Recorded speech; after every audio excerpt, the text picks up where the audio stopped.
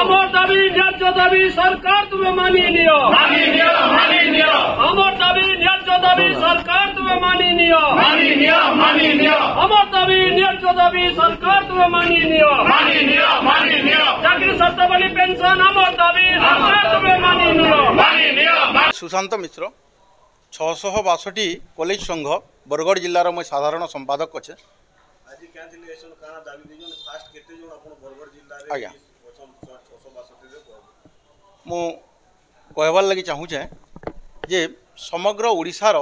शिक्षा व्यवस्था रे जहाँ भी कॉलेज अच्छे 70% पिला पाठ पढ़ार महाविद्यालय होचन 662 संघ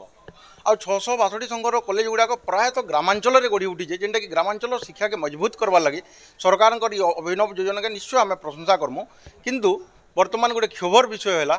जे दीर्घ 30 वर्ष पाठ पढ़ाला परे भी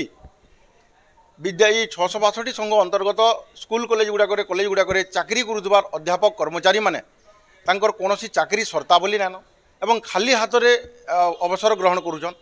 तो इन मुझे गोटे कथा आपण मानक कहबार लगी जिमी जे सरकार जिते टंका भी दरमा दौन जिते बेले दरमा दौर हठात चाकरी सरीजा चाकरी सरीगला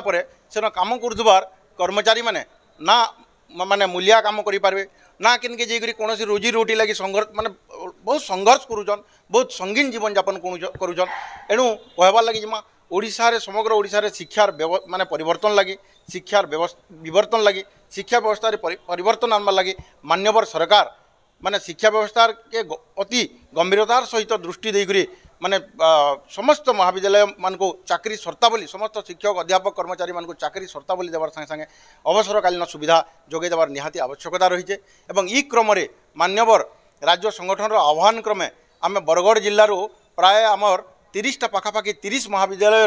500 रु अधिक कर्मचारी आमर माने कॉलेज गुड़ाक काम करुछन आ प्रति कॉलेज प्रतिनिधित्व कर किसी अध्यापक कर्मचारी मान गहन रे आज आसिक आम मान्यवर बरगढ़ जिलापाल माध्यम रे सरकार को